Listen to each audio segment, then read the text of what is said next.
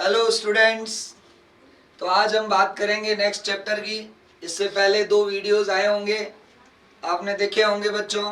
First video के अंदर हम लोगों ने थ्योरी से रिलेटेड बोर्ड पैटर्न के क्वेश्चन पे डिस्कस किया था, और नेक्स्ट सेकंड वीडियो के अंदर जो बोर्ड में पॉसिबल न्यूमेरिकल्स होते हैं या उसके पैटर्न से रिलेटेड जो क्वेश्चंस थे वो हमने डिस्कस किए। आज हम बात करेंगे नेक्स्ट चैप्टर की, विद्युत विभव और विद्युत धारिता। इसके अंदर कौन कौन से थ्योरी के इम्पोर्टेंट क्वेश्चंस जो बनते हैं, जो बोर्ड में पूछे गए हैं और पूछे जाएंगे, उसके बारे में हम डिस्कस करेंगे। ठीक है बच्चों, तो हम स्टार्ट करते हैं। आज फालतू में माहौल नहीं बनाते हुए सीधा टू द पॉइंट आ जाते हैं हम, और बात करते हैं विद्युत विभव और विभवांतर की। तो सबसे पहला पॉइंट है बच्चों, विद्युत विभव व विभवांतर को परिभाषित कीजिए। कलर ले लेते हैं आज, ये लो। ठीक है, तो विद्युत विभव व विभवांतर को परिभाषित कीजिए। ठीक है बच्चों, तो पहले अपन परिभाषा लिखते हैं। एकांक धनावेश को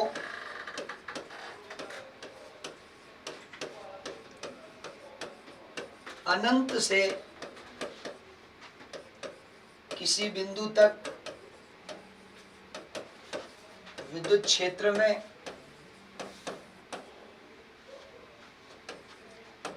लाने में विद्युत क्षेत्र के विरुद्ध किया गया कार्य विद्युत विभव कहलाता है। एकांक धनावेश को अनंत से किसी बिंदु तक विद्युत क्षेत्र में लाने में विद्युत क्षेत्र के विरुद्ध किया गया कार्य। जैसे मान लो ये विद्युत क्षेत्र है, ठीक है, ये कोई भी बिंदु है, ये मान लेते हैं अनंत। अनंत का मतलब होता है जो बहुत दूर हो। वहां से हम किसी एकांक धनावेश को लाते हैं, मतलब आवेश जिसका परिमाण +1 कूलाम हो, यहाँ तक लाते हैं। मान लो कोई भी पॉइंट P है, तो यहाँ से यहाँ लाने में विद्युत क्षेत्र बल यूं लगाएगा, हम इसके विरुद्ध कार्य करेंगे, वो कार्य इस बिंदु पर विभव के बराबर होगा। तो ऐसे लिखा जाता है V बराबर माइनस अनंत से P तक E डॉट dr। ये सीधा फॉर्मूला है। तो पूरा भी एक्सप्लेन तो अपने को करना है नहीं, जितना पूछा गया उतना ही लिखना है। परिभाषा हमने लिख दी और ज्यादा से ज्यादा फॉर्मूला लिख दो। ठीक है, ये P बिंदु पर विभव का फॉर्मूला है। ठीक है, और एक्स्ट्रा में लिखना चाहो तो लिख सकते हो। इसका मात्रक क्या होता है, जूल बटा कूलाम, कार्य बटा आवेश, जूल बटा कूलाम इज इक्वल टू, इसको बोलते हैं वोल्ट। ठीक है, तो ये है अपना विद्युत विभव। ठीक है, नेक्स्ट हमारी परिभाषा है विद्युत विभवांतर की। तो विद्युत विभवांतर,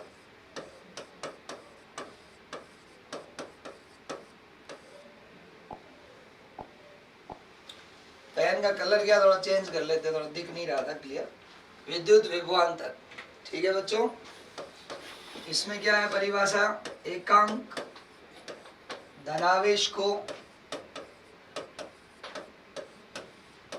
विद्युत क्षेत्र में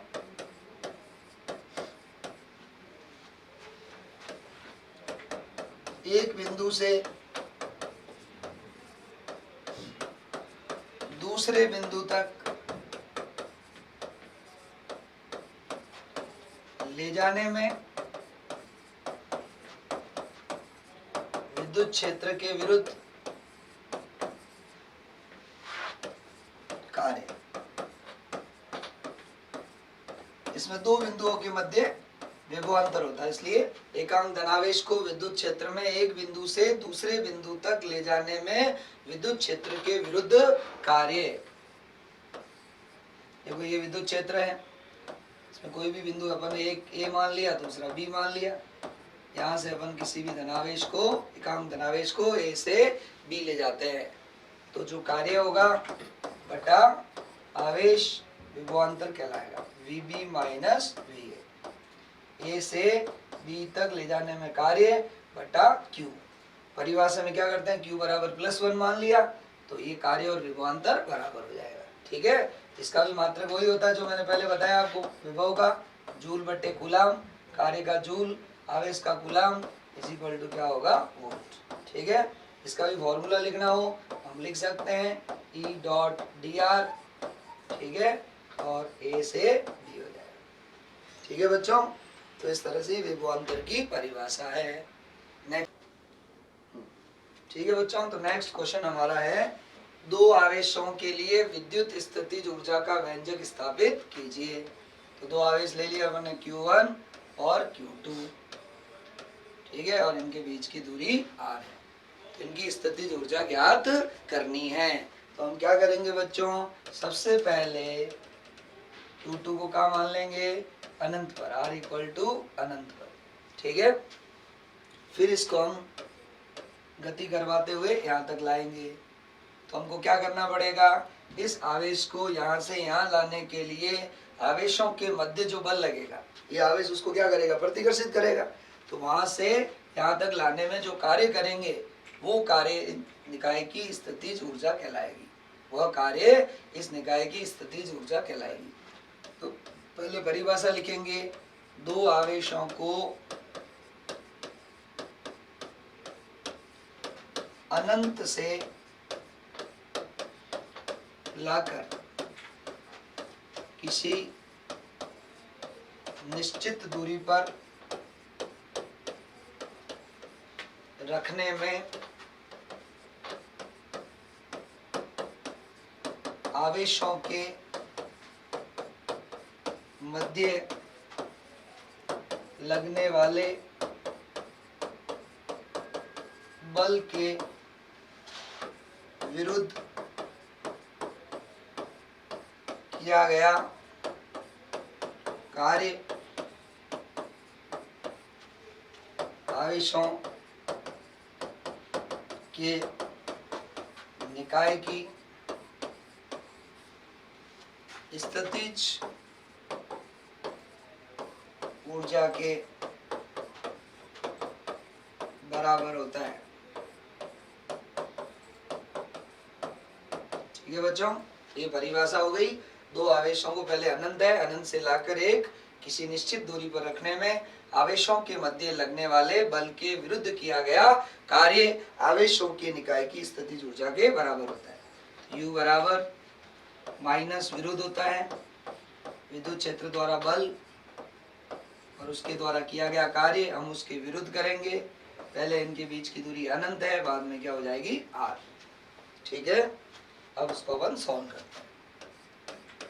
अनंत से R, इसकी जगह लिख देंगे Fe, मतलब दो आवेशों के मध्य लगने वाला विद्युत बल, dr वेक्टर को dr इंटू इसका वेक्टर r कैप, मतलब ये परिमाण हो गया और ये दिशा हो गई। k q1 q2 को अपन बाहर ले सकते हैं, कांस्टेंट है, इनफाइनाइट से r, पीछे बचेगा 1/r स्क्वायर इंटू dr और r cap dot r cap 1 हो जाएगा। ठीक है ना, k q1 q2 बाहर ले लिया, पीछे बचा 1/r square into dr r cap dot r cap 1 हो जाएगा। तो माइनस k q1 q2, इसको ऊपर ले जाएंगे r की पावर -2, फिर इसका समाकलन करेंगे तो ये हो जाएगा -2 + 1, -2 + 1, लिमिट हो जाएगी अनंत से r, minus k q1 q2 upon ये r की पावर -1 है, ठीक है, और ये -1 है। तो ये -1 जो है ना, -2 + 1, ये -1 अपन इधर +1 कर सकते हैं। ठीक है, तो यहाँ पर पहले तो मैं ये नीचे वाला -1 लिख रहा हूँ, ठीक है, और ये बचेगा r की पावर -1, तो ये माइनस माइनस प्लस हो जाएगा, r की पावर -1, और ये जो -1 है वो यहाँ लिख दिया, माइनस माइनस प्लस हो जाएगा। k q1 q2, क्योंकि इस -1 का तो लिमिट से कोई लेना देना नहीं है, ठीक है ना। अब इसको लिखेंगे 1/r, तो r की पावर -1 है ना, इसको 1/r लिख सकते हैं, अनंत से r, k q1 q2, r की जगह r रखेंगे 1/r, r की जगह अनंत रखेंगे 1/अनंत, 1/अनंत क्या हो जाएगा, 0। ठीक है, 1/अनंत क्या हो जाएगा, 0। तो पीछे क्या बचेगा, k q1 q2 upon r। ठीक है, तो ये हो जाएगा स्थितिज ऊर्जा का फॉर्मूला, दो आवेशों के मध्य स्थितिज ऊर्जा का सूत्र। ठीक है बच्चों, चलो नेक्स्ट। नेक्स्ट क्वेश्चन है बिंदु आवेश के कारण विभव ज्ञात कीजिए। माना कि एक बिंदु आवेश Q है, इससे r दूरी पर कोई भी एक बिंदु मान लिया P, इस बिंदु P पर हमको विभव ज्ञात करना है। विभव का फॉर्मूला लिखवाया था बच्चों, अनंत से P E dot dr minus E बिंदुवत आवेश के कारण r दूरी पर E का मान होता है k q upon r square into r cap. dr को लिख सकते हैं dr into r cap. Limit अनंत से P, P का मतलब बिंदु है तो क्या लिखेंगे, Q से इसकी दूरी कितनी है r, तो P की जगह क्या आ जाएगा r। वही सेम जैसे अभी हमने स्थितिज ऊर्जा के लिए किया था, k क्यूब r आ जाएगा अनंत से r, पीछे बचेगा 1 अपॉन r स्क्वायर, इधर ये dr और r cap dot E dot है, r cap dot r cap 1 होता है, i dot i 1, j dot j 1, वैसे ये 1 हो जाएगा। ठीक है बच्चों, तो इस तरह से हम बिंदु P पर विभव निकालेंगे, e माइनस के क्यू, अब r की पावर 2 जैसे ऊपर ले जाएंगे -2 हो जाएगा, समाकलन करेंगे तो +1 और नीचे भी -2 + 1, लिमिट अनंत से r माइनस के क्यू, ये -2 + 1 -1 आएगा, इसको बाहर लिख दिया ऐसे, r की पावर -1 अनंत से r। ठीक है, ये माइनस माइनस प्लस हो जाएगा, पीछे बचेगा के क्यू, r की पावर -1 को क्या लिखेंगे 1 अपॉन r, लिमिट अनंत से r, के क्यू, r की जगह r रखेंगे 1 अपॉन r, माइनस r की जगह अनंत रखेंगे 1 अपॉन अनंत। 1 अपॉन अनंत क्या होता है, 0 काट सकते हैं। तो इस तरह से हमारे पास क्या फॉर्मूला आ जाएगा बच्चों, Vp बराबर के क्यू बाई r। तो ये बिंदुवत आवेश के कारण ऐसे लिख सकते हैं, और लिखना होता है ऐसे लिख सकते हैं Vp proportional to 1 upon r, और एग्जामिनर पे इंप्रेशन डालना हो और टाइम हो तो आप लिख सकते हो ये Vp और r में ग्राफ आएगा। ठीक है, तो इस तरह से ये बिंदुवत आवेश के कारण विद्युत विभव। नेक्स्ट है समविभव पृष्ठ क्या होते हैं। समरूप विद्युत क्षेत्र के लिए समविभव पृष्ठ का चित्र बनाइए। सबसे पहले परिभाषा लिखेंगे, वह पृष्ठ जिसके प्रत्येक बिंदु पर विभव समान हो,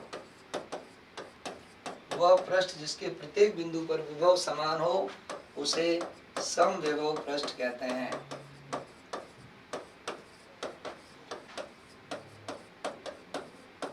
ये परिभाषा है। ठीक है बच्चों, वह पृष्ठ जिसके प्रत्येक बिंदु पर विभव समान हो उसे समविभव पृष्ठ कहते हैं। ठीक है, अब समरूप विद्युत क्षेत्र जो होता है उसको ऐसे लिखते हैं बच्चों,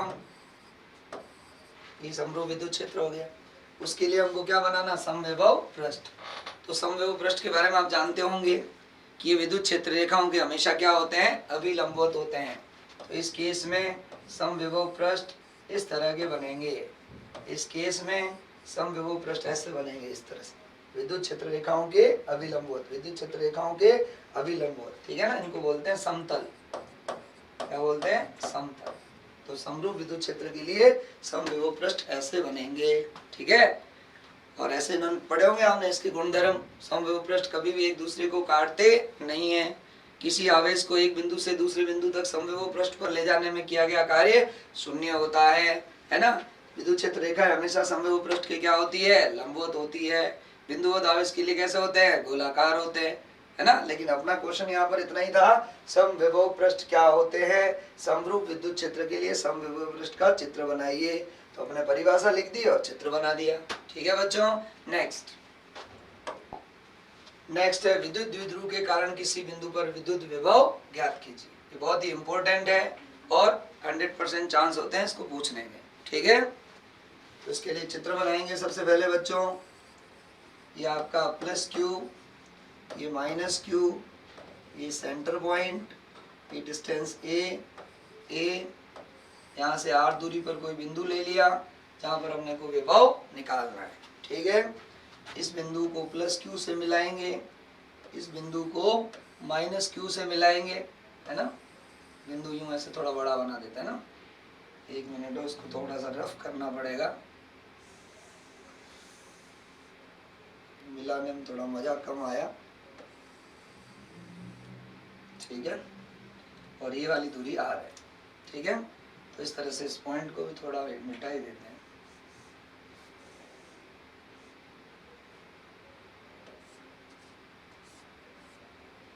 ठीक है, इस दूरी को मान लिया r1 और इस दूरी को क्या मान लिया r2। ठीक है, अब इसको थोड़ा सा यहाँ से एक लंब डालेंगे, इस बिंदु को भले आप a मान लो, इसको क्या मान लो b, यहाँ से लंब डालेंगे, इसको पॉइंट मान लिया l, इसको थोड़ा सा आगे बढ़ाएंगे और फिर यहाँ से एक लंब डालेंगे और इस पॉइंट को मान लिया m। ये कोण मान लिया अपन ने थीटा और ये कोण भी क्या मान लिया थीटा, और इस बिंदु पर अपने को विभव निकालना है, पॉइंट वाली अपन P मान सकते हैं।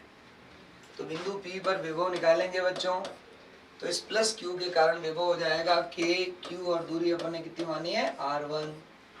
इस माइनस Q के कारण इस पर विभव हो जाएगा minus KQ upon R2। KQ को अपन क्या ले लेंगे कॉमन, पीछे बचेगा 1 upon R1 minus 1 upon R2 KQ। R1 R2 को क्या ले लेंगे बच्चों लसअ, R2 इधर आ जाएगा माइनस R1, यहाँ तक तो लिख देंगे पहले। फिर अपने को क्या करना है, जैसे अपन ने चित्र बनाया वैसे हम लिख सकते हैं कि द्विध्रुव के केंद्र से R दूरी पर स्थित बिंदु P पर विभव VP बराबर ये लिख देंगे। ठीक है, फिर आगे अपन लिखेंगे नेक्स्ट फर्स्ट पॉइंट, A से एक लंब डालते हैं AL, है ना, ये जो OP है भुजा, इस पर A से एक लंब डाला AL। ठीक है, फिर जो त्रिभुज बनेगा OLA, दिख रहा है OLA ओला, है ना, इस त्रिभुज के अंदर अपन cos थीटा लेंगे, क्या लेंगे cos थीटा। ये लंब है 90 डिग्री का कोण है, थीटा के पास वाली भुजा आधार कहलाती है, तो OL आधार हो जाएगी। ठीक है, और 90 डिग्री के सामने वाली भुजा OA जो है वो कर्ण कहलाती है, तो OA हो जाएगा। ठीक है, अब OL O से A की जो दूरी है उसको अपन स्मॉल a लिखते हैं, तो ये स्मॉल a लिख दिया। तो यहाँ से OL इक्वल टू आएगा A cos थीटा, क्या आएगा OL equal to A cos theta. ठीक है बच्चों, अब ध्यान दें नाउ,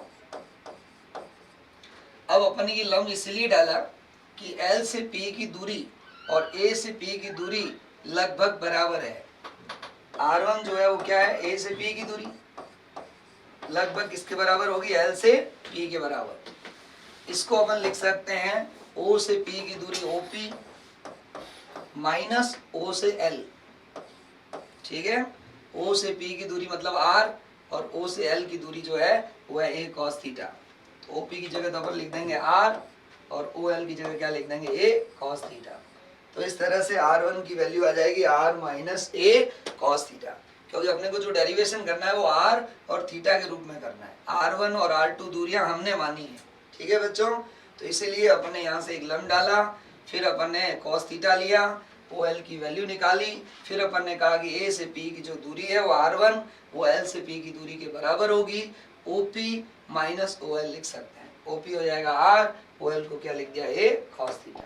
ठीक है बच्चों, फिर आएंगे दूसरा त्रिभुज जो हमने बनाया है ना, वापस आता है। देखो ये त्रिभुज दिख रहा है OMB वाला, OMB, इसमें cos थीटा लेंगे, थीटा के पास वाली भुजा क्या होगी OM आधार, और ये 90 डिग्री का कोण है, लंब डाला, तो यहाँ पर OB जो है वो क्या होगी कर्ण होगी, cos theta OM upon OB। ठीक है, और OB की वैल्यू भी कितनी है A है। ठीक है बच्चों, तो अपन क्या लिखेंगे त्रिभुज OMB में, इसमें भी cos थीटा लेंगे तो इक्वल टू आएगा OM अपॉन OB।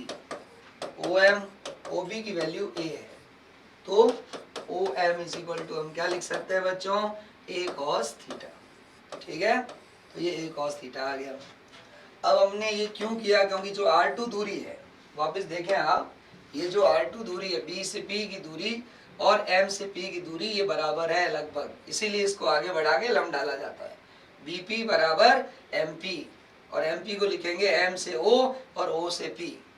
M से O बोलो चाहे O से M बोलो एक ही बात है, ये दूरी हो जाएगी A cos थीटा और ये हो जाएगी R। O से P दूरी कितनी है R, ये है A cos थीटा। ठीक है, तो अपन क्या लिखेंगे बच्चों R2 is equal to BP is equal to, या लगभग क्या लिख सकते हैं MP, और MP को क्या लिख सकते हैं MO प्लस OP।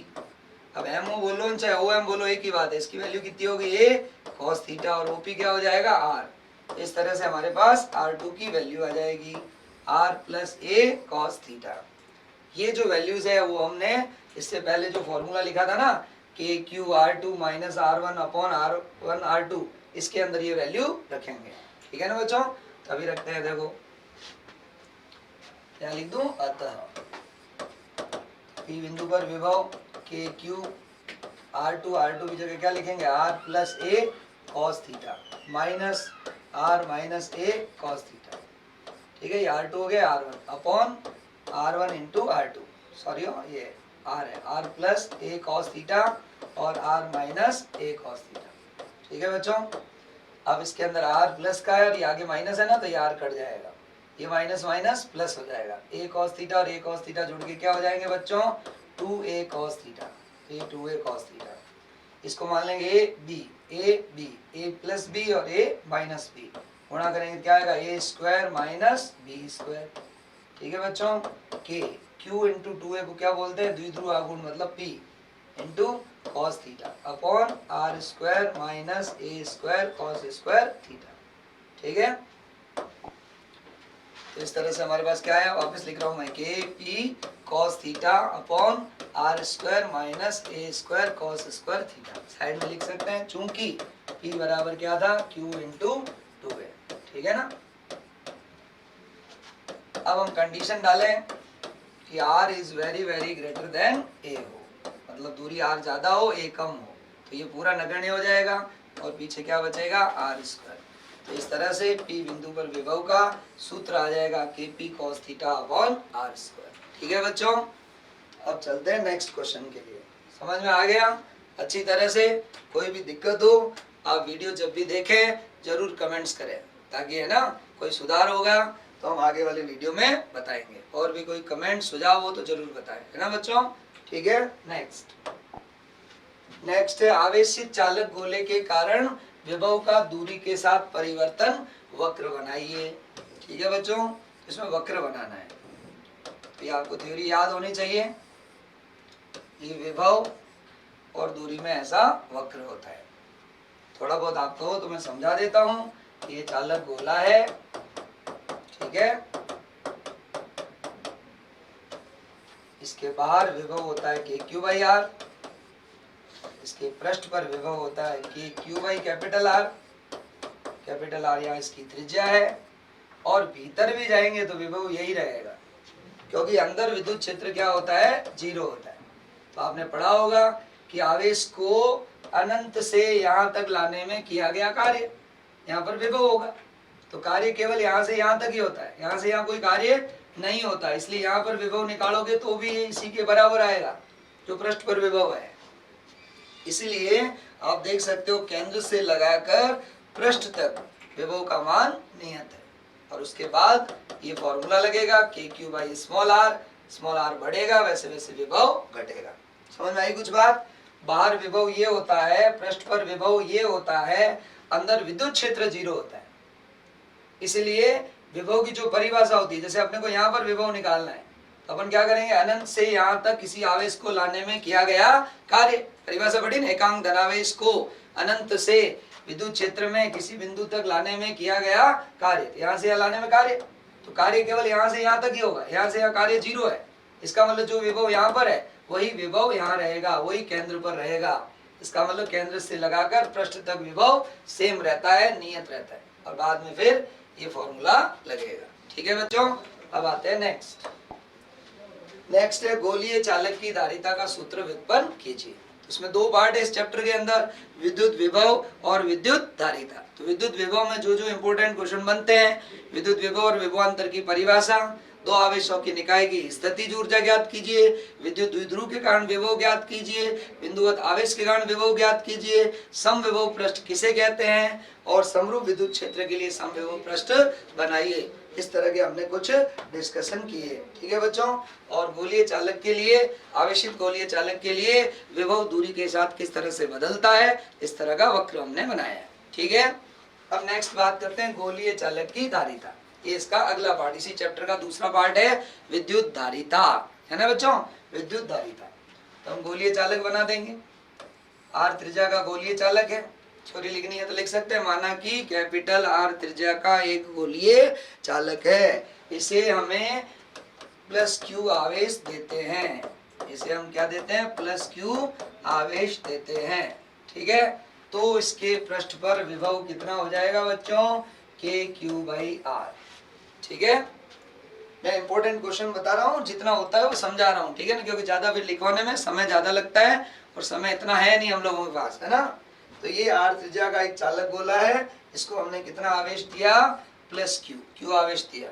प्लस मानना कोई जरूरी नहीं है, लेकिन हम पॉजिटिव सोच वाले लोग है ना, इसलिए हर काम में सबसे पहले पॉजिटिव चार्ज ही मानते हैं, है ना। तो V बराबर क्या हो गया बच्चों? के क्यू बाई आर, इसके पृष्ठ पर विभव। अब हमको धारिता निकालनी है। धारिता का सूत्र होता है C बराबर Q upon V। Q V का मान रख देंगे K Q upon R। Q से Q कट जाएगा, R ऊपर आ जाएगा, R अपॉन K। ठीक है, फिर K का मान रख सकते हैं, पता ही है 1 अपॉन 4 पाई एप्सिलॉन नॉट होता है K, तो ऊपर जाएगा तो हो जाएगा 4 pi epsilon nought into R। बस याद इतना ही रखना मेन, तो और तो सब लिखना है कल कि भाई आर त्रिज्या का गोला है, क्यू आवेश दिया, उसके पृष्ठ पर विभव इतना है, तो धारिता ये होगी। बस लिख लो फॉर्मूला आगे। फिजिक्स की थ्योरी बहुत आसान है। ठीक है, नेक्स्ट संधारित्र का सिद्धांत समझाइए। ठीक है बच्चों, तो इसके अंदर यदि केवल इतना लिखा हुआ होता है कि संधारित्र का सिद्धांत लिखिए, तब तो अपन इसको शब्दों में ऐसे लिख देंगे। जब किसी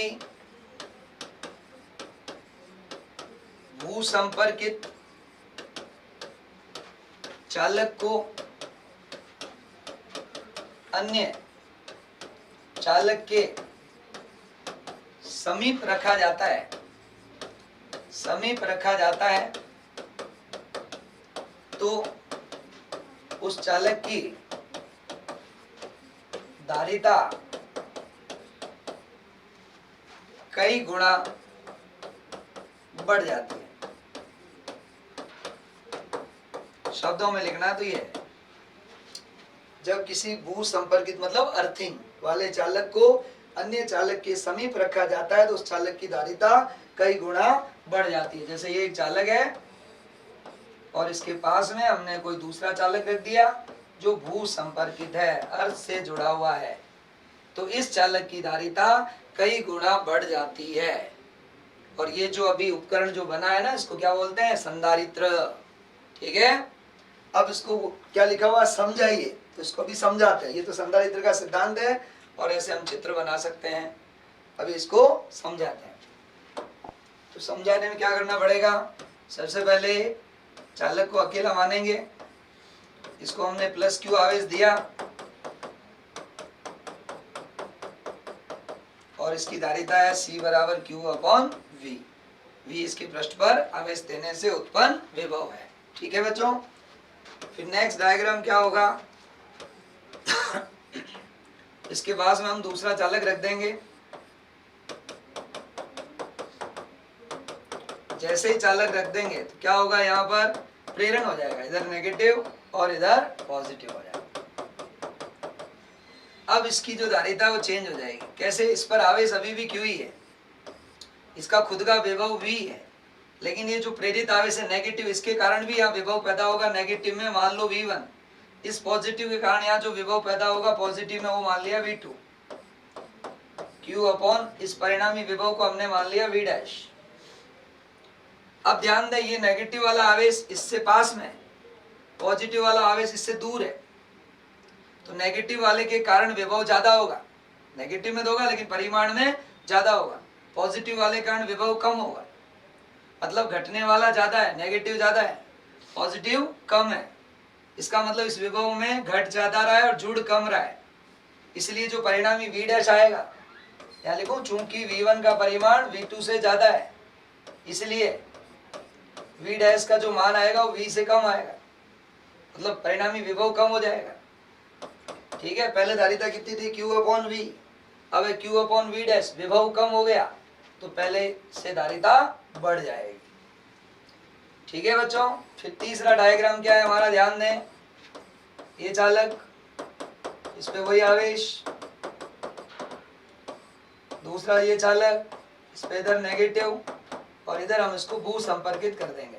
पूरा पॉजिटिव आवेश इस साइड वाला अर्थ में चला जाएगा, इधर साइड वाला जो आवेश है पूरा का पूरा अर्थ में चला जाएगा। अब इसकी जो धारिता है, ठीक है, ये इसके बाद यहां से लिखना है। अब इसकी धारिता क्या होगी, इस पर आवेश अभी भी Q है, खुद का विभव इसका V है, अब पॉजिटिव तो है नहीं, तो नेगेटिव के कारण विभव होगा -V1, ठीक है। अब इसको अपन लिख देते हैं C डबल डैश बराबर Q और इसको लिख देते हैं V डबल डैश। तो क्या हो रहा था देखो आप,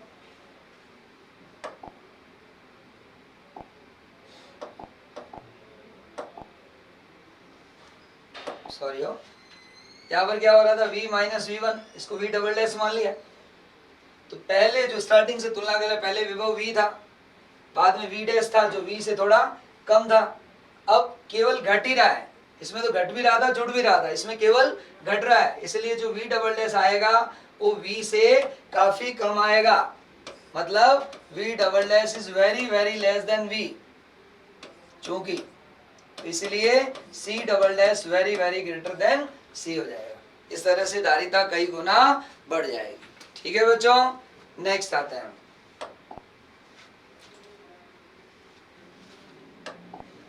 नेक्स्ट है परावैद्युत पदार्थ क्या होते हैं, इन्हें संधारित्र की प्लेटों के मध्य रखने से क्या प्रभाव होता है, समझाइए।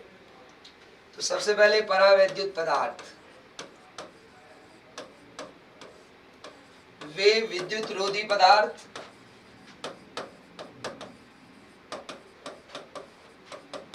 जिन्हें विद्युत क्षेत्र में रखने पर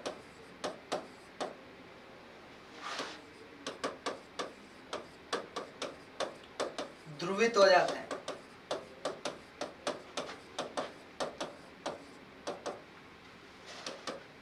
वे विद्युत रोधी पदार्थ जिन्हें विद्युत क्षेत्र में रखने पर ध्रुवित हो जाते हैं। ध्रुवित होने का मतलब उनका परिणामी द्विध्रुव आघूर्ण उत्पन्न हो जाता है, ठीक है, ध्रुवित हो जाते हैं, अर्थात ऐसे भी लिख सकते हैं और ज्यादा क्लियर, अर्थात उनमें परिणामी द्विध्रुव आघूर्ण उत्पन्न होता है, ठीक है, क्योंकि ज्यादातर परावैद्युत पदार्थ जो भी होते हैं वो सब विद्युत रोधी होते हैं, सामान्यतः तो कह सकते हैं कि विद्युत रोधी होते हैं, इसलिए उन्हें जब विद्युत क्षेत्र में रखा जाता है तो वो ध्रुवित हो जाते हैं, उनमें परिणामी द्विध्रुव आघूर्ण उत्पन्न हो जाता है। ऐसे पदार्थों को परावैद्युत कहते हैं।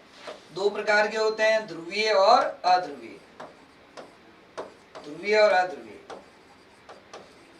जैसे केमिस्ट्री में होता है ध्रुवीय विलायक और अध्रुवीय विलायक, वैसे इसके अंदर क्या होता है, विद्युत क्षेत्र की जब अनुपस्थिति है, मान लो विद्युत क्षेत्र नहीं है, फिर भी अणु जो है वो द्विध्रुव की अवस्था में रहता है, ऐसे द्विध्रुव बने हुए, और इनका परिणामी द्विध्रुव आघूर्ण 0 होता है। जैसे इनको विद्युत क्षेत्र में रखते हैं, तो जैसे द्विध्रुव पर बलागुण लगता है, वैसे इन ध्रुवित अणुओं पर भी बलागुण लगता है, और ये सब विद्युत क्षेत्र की दिशा में आने का प्रयास करते हैं या आते हैं, इस तरह से इन पर बलागुण लगेगा और ये विद्युत क्षेत्र की दिशा में आएंगे, आने का प्रयास करेंगे, जिससे परिणामी द्विध्रुव आघूर्ण पैदा होगा।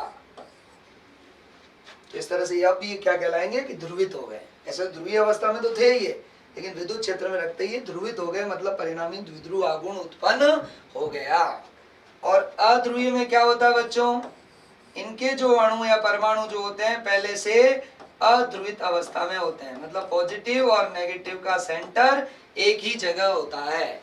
इसमें क्या होता है, पॉजिटिव और नेगेटिव का सेंटर थोड़ा सा विस्थापित होता है, तो ध्रुवीय अवस्था में हो गया, और जिनका सेंटर एक ही जगह होगा वो अध्रुवीय अवस्था में कहलाएगा। जब इसको भी विद्युत क्षेत्र में रखेंगे तो प्लस पर बल लगेगा आगे की तरफ और माइनस पर बल लगेगा पीछे की तरफ, तो ये भी इसी तरह से ध्रुवित हो जाएंगे। जैसे इनको भी विद्युत क्षेत्र में रखेंगे अपन, ठीक है बच्चों, इनको भी विद्युत क्षेत्र में रखेंगे तो इनकी भी स्थिति यही हो जाएगी। अभी विद्युत क्षेत्र 0 है, इनका भी द्विध्रुव आघूर्ण 0 है, लिख सकते हैं P 0 है। जैसे इनको विद्युत क्षेत्र में रखेंगे तो इनकी भी हालत यही हो जाएगी, मतलब ये इस तरह से ध्रुवित हो जाएंगे और परिणामी द्विध्रुव आघूर्ण 0 हो जाएगा। समझ में आई बात? परिभाषा लिख दी, ध्रुवीय और अध्रुवीय, ठीक है। अध्रुवीय के अंदर अणु अध्रुवित होते हैं, इसमें ध्रुवित होते हैं। जैसे विद्युत क्षेत्र में रखेंगे तो ये भी परिणामी द्विध्रुव आघूर्ण पैदा करेंगे और ये भी परिणामी द्विध्रुव आघूर्ण पैदा करेंगे, ठीक है। अब हमारा है नेक्स्ट पॉइंट, इन संधारित्र की प्लेटों के मध्य रखने से क्या प्रभाव पड़ता है, ये अपन एक्सप्लेन करते हैं। तो ज्यादा डिटेल में तो नहीं बताते हैं क्योंकि बोर्ड में जितना जरूरी है उतना ही लिखते हैं अपन। ये परावैद्युत पदार्थ है, इनको अपन ने संधारित्र की प्लेटों के बीच में रख दिया। अभी हमने जैसे पढ़ा, इनका क्या हो जाएगा, ध्रुवण हो जाएगा, परिणामी द्विध्रुव आघूर्ण पैदा हो जाएगा, इस तरह से, है ना बच्चों।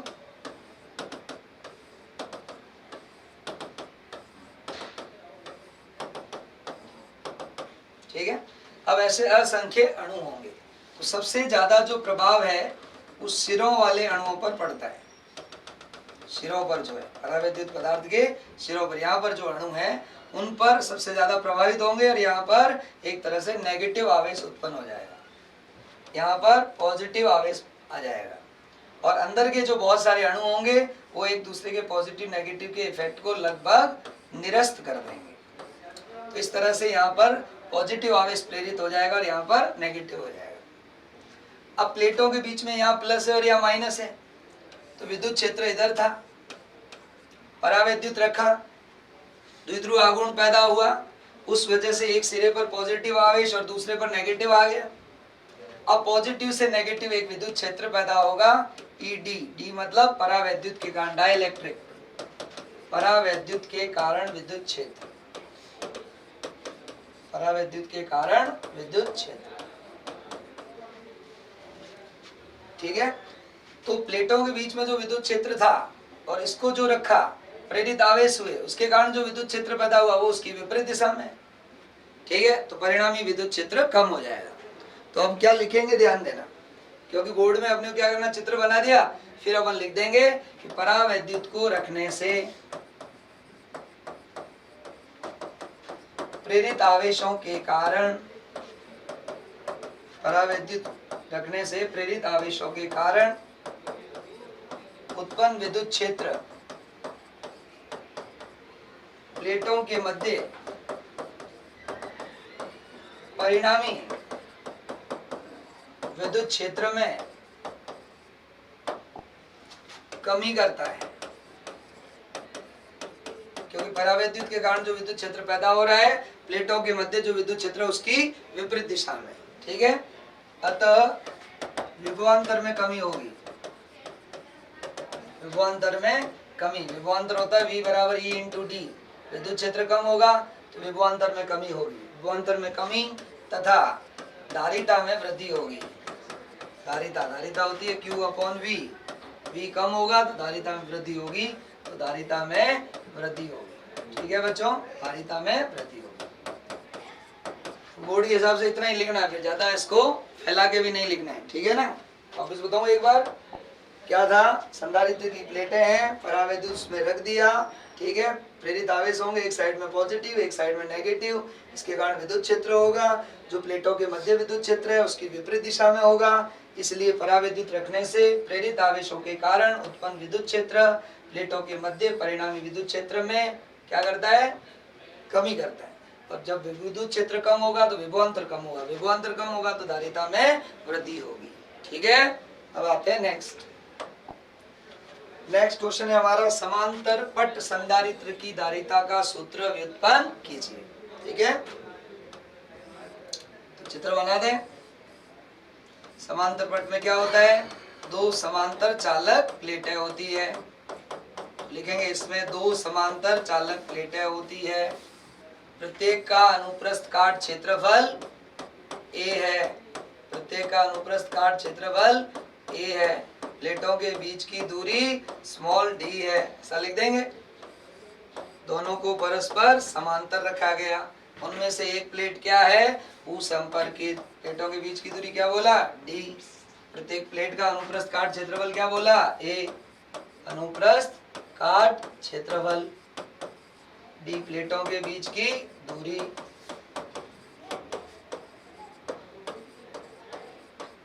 और इसको क्या कर दिया, भूसंपर्कित। जैसे ही आवेशित करेंगे इस पर प्लस क्यू आवेश, चाहे दोनों साइड मानो, और चाहे एक ही साइड मान लो, पूरा का पूरा आवेश प्रभाव एक का मतलब दोनों का सेम ही होता है, एक ही रहता है। और इधर हो जाएगा प्रेरित आवेश माइनस क्यू, प्लस क्यू से माइनस क्यू क्या पैदा होगा, विद्युत क्षेत्र। संधारित्र की प्लेटों के बीच में जो उत्पन्न होता है विद्युत क्षेत्र कैसा होता है बच्चों, समरूप होता है। कैसा होता है, समरूप। ये ऐसे। सबसे पहले अपन क्या करेंगे, प्लेटों के मध्य विद्युत क्षेत्र ज्ञात करेंगे, उसके बाद विभवांतर ज्ञात करेंगे और उसके बाद धारिता ज्ञात करेंगे। मेन पॉइंट्स याद रखा करो। जो लोग भूलने की जिनकी आदत है ना, कि डेरिवेशन भूल जाते हैं या इधर का इधर कंफ्यूजन हो जाता है, तो मेन पॉइंट्स याद रखा करो, ठीक है। तो देखिएगा, सबसे पहला पॉइंट लेते हैं, प्लेटों के मध्य विद्युत क्षेत्र। पॉइंट बना बना के याद किया करो, थोड़ा इजी रहेगा। प्लेटों के मध्य विद्युत क्षेत्र ही, ठीक है। अब इसके अंदर देखो एक पॉइंट ले लिया अपन ने, पॉजिटिव प्लेट के कारण विद्युत क्षेत्र उससे दूर होता है, नेगेटिव के कारण उसकी तरफ होता है। तो इसलिए विद्युत क्षेत्र पॉजिटिव के कारण और नेगेटिव के कारण दोनों सेम दिशा में होंगे, इसलिए परिमाण में जुड़ेंगे, ठीक है। और एक के कारण होता है sigma upon 2 epsilon not, sigma upon 2 epsilon not, दोनों को जोड़ेंगे तो सिग्मा अपॉन एप्सिलॉन नॉट, ठीक है ना। सिग्मा क्या है, पृष्ठ आवेश घनत्व, प्रत्येक प्लेट पर पृष्ठ आवेश घनत्व, कुल आवेश बटा कुल क्षेत्रफल, ठीक है। इस तरह से ये आ गया। अब दूसरा पॉइंट क्या निकालेंगे, प्लेटों के मध्य विभवांतर।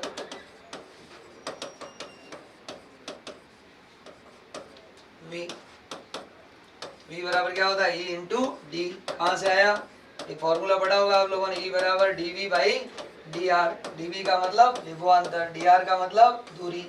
प्लेटों के मध्य विभवांतर, प्लेटों के मध्य की दूरी इक्वल टू प्लेटों के मध्य विद्युत क्षेत्र।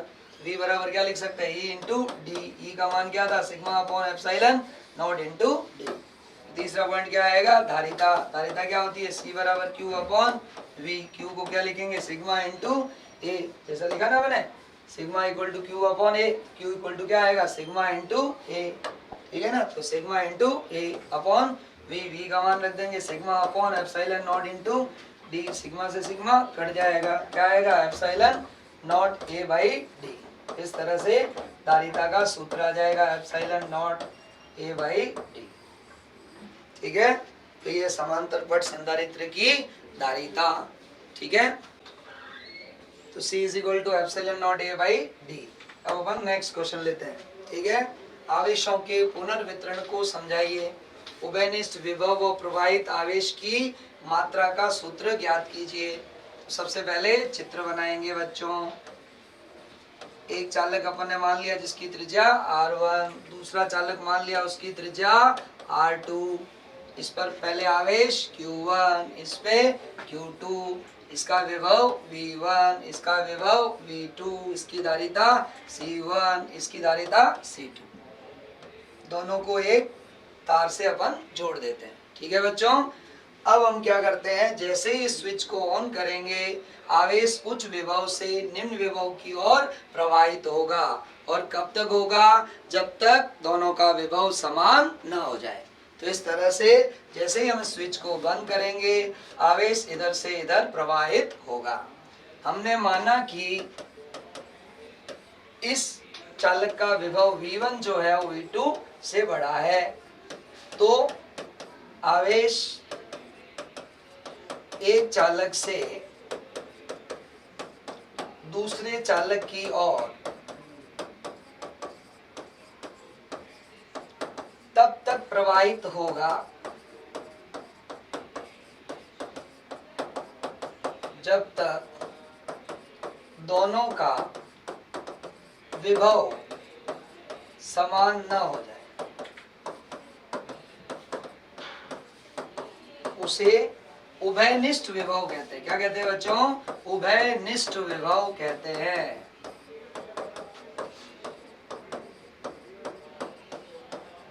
ठीक है। तो यहाँ का विभव V1, यहाँ का V2, इस पर आवेश Q1, Q2, जैसे ही जोड़ेंगे आवेश इधर से इधर जाएगा, क्योंकि V1 को अपन ने बड़ा माना, V2 को छोटा माना है ना बच्चों। तो जब तक जाएगा जब तक इनका विभव समान न हो जाए। तो अपन एक दूसरा चित्र बनाते हैं जिसमें मान लेते हैं कि दोनों का विभव V और V बराबर हो गया। त्रिज्या पर कोई फर्क पड़ेगा नहीं, है ना। धारिता पे कोई फर्क पड़ेगा नहीं, इसकी C1 और इसकी C2। लेकिन आवेशों का पुनर्वितरण होगा। इस पे Q1 डैश हो जाएगा और इस पे Q2 डैश, और ये इनके बीच का तार है। तो जोड़ने से पहले आवेश Q1 Q2 था, अब यहाँ पर Q1 डैश हो गया, यहाँ Q2 डैश हो गया।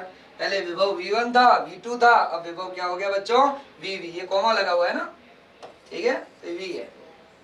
अब हम आगे क्या करते हैं, देखो आवेशों के संरक्षण से, आवेशों के संरक्षण नियम से या संरक्षण से क्या लिख सकते हैं हम, जोड़ने से पहले आवेशों का योग, जोड़ने के बाद आवेशों का योग क्या रहेगा, बराबर। क्योंकि आवेशों की किसी भी प्रकार की हानि नहीं होती है, इसलिए कुल आवेश जोड़ने से पहले और जोड़ने के बाद बराबर रहेगा। अब आपको पता होगा Q1 बराबर क्या लिखते हैं अपन, C1 V1, Q2 बराबर क्या लिखते हैं, C2 V2।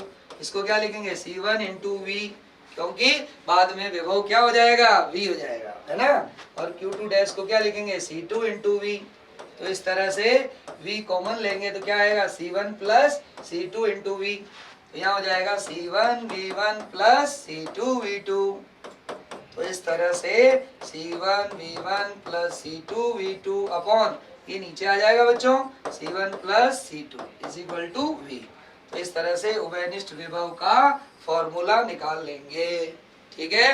अब नेक्स्ट पॉइंट हमारा क्या है, प्रवाहित आवेश की मात्रा डेल्टा Q। प्रथम चालक पर पहले आवेश कितना था, Q1, अब कितना बच गया, Q1 डैश। या सेकंड चालक पर पहले आवेश कितना था, Q2, अब कितना हो गया, Q2 डैश। इसमें वृद्धि हुई है तो अंतिम माइनस प्रारंभिक, इसमें कमी हुई है तो प्रारंभिक माइनस अंतिम। चाहे ये करो चाहे ये करो, दोनों बराबर आएगा, क्योंकि जितनी इसमें कमी हुई उतनी उसमें वृद्धि हो गई। तो Q1 को क्या लिखेंगे बच्चों, C1 V1, Q1 डैश को C1 into V, C1 V1 minus C1 into V। V का क्या फॉर्मूला लिखा, C1 V1 plus C2 V2 upon C1 plus C2, ठीक है। सॉल्व करेंगे, C1 प्लस C2 को क्या ले लेंगे बच्चों, लसाअ, ये इधर गुणा हो जाएगा। C1 का C1 से गुणा करेंगे क्या आएगा, C1 square into V1, C2 का इससे गुणा करेंगे तो क्या आएगा बच्चों, C1 C2 into V1 minus, अब इसका इससे गुणा करेंगे तो C1 into C1, C1 square into V1, ठीक है ना। ये माइनस इंटू प्लस, तो यहाँ भी क्या हो जाएगा माइनस, इसको भी इससे गुणा करेंगे तो क्या आएगा, C1 C2 इंटू V2। अब ये दोनों एक जैसे, एक पॉजिटिव और एक नेगेटिव कट जाएंगे बच्चों। इस दोनों में देखो ध्यान से, C1 C2 क्या आ रहा है बच्चों, कॉमन C1 C2, नीचे क्या आएगा C1 प्लस C2, यहाँ क्या बचेगा बच्चों V1, और माइनस यहाँ क्या बचेगा V2। तो इस तरह से ये क्या आ गया, प्रवाहित आवेश का सूत्र आ गया बच्चों, ठीक है। तो आज हम इस चैप्टर में इतना ही डिस्कस करेंगे, ठीक है। नेक्स्ट वीडियो के अंदर इससे संबंधित न्यूमेरिकल्स जो बनते हैं उसके बारे में बात करेंगे, ठीक है। अभी चलो एक न्यूमेरिकल और ले लेते हैं, चलो ठीक है, क्या एक क्वेश्चन ले लेते हैं। संधारित्रों के श्रेणी क्रम और समांतर क्रम में तुल्य धारिताओं के सूत्र व्युत्पन्न कीजिए, ठीक है। तो श्रेणी क्रम के अंदर क्या होता है बच्चों, एक संधारित्र, ये दूसरा, ये तीसरा, इस तरह से n संधारित्र श्रेणी क्रम में जुड़े हुए हैं। इसकी धारिता C1, इसकी C2, इसकी C3, इसकी Cn, और यहाँ पर हमने क्या लगा दी, बैटरी। यहाँ से क्या प्रवाहित होगा, आवेश। यहाँ पर विभवांतर क्या होगा बच्चों, V1, यहाँ पर क्या होगा V2, यहाँ पर क्या होगा V3, यहाँ पर क्या होगा Vn। तो श्रेणी क्रम में क्या होता है, आवेश समान रहेगा, सभी संधारित्रों की प्लेटों पर आवेश क्या रहेगा, समान रहेगा, Q समान रहेगा, ठीक है बच्चों। दूसरा पॉइंट, कुल जो विभव है बैटरी का, विभव या विभवांतर इक्वल टू क्या होगा, V1 plus V2 plus V3 plus Vn। तो V1 plus V2 plus plus Vn।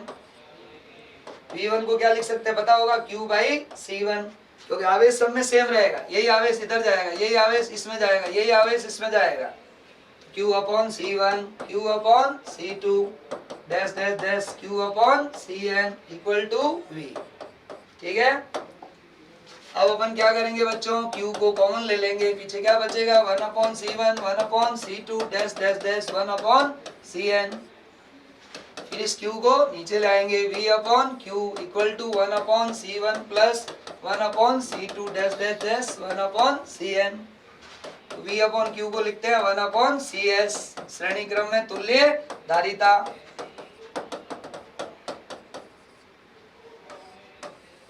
तो ये श्रेणी क्रम में तुल्य धारिता निकालने का फॉर्मूला है। फिर दूसरा केस है समांतर क्रम। समांतर क्रम में 1 2 3 और डैश डैश करके बैटरी लगा देते हैं, ये प्लस ये माइनस, ये C1 ये C2 ये C3। यहाँ से टोटल आवेश जाएगा Q, इसमें जाएगा Q1, इसमें जाएगा Q2 और इसमें जाएगा Q3। तो समांतर में क्या सेम रहता है? विभवांतर समान रहता है। समांतर में क्या सेम रहता है बच्चों? विभवांतर सेम रहता है, इसलिए V1 equal to V2 equal to V3 equal to V आ जाएगा। यहाँ पर भी V1 यहाँ V2 यहाँ V3 और बैटरी का विभव कितना है? V, तो बराबर होंगे। ठीक है, नेक्स्ट कुल आवेश जो होगा, दूसरा इसमें जो पॉइंट होगा वो कुल आवेश Q होगा, Q1 plus Q2 plus dash dash Qn।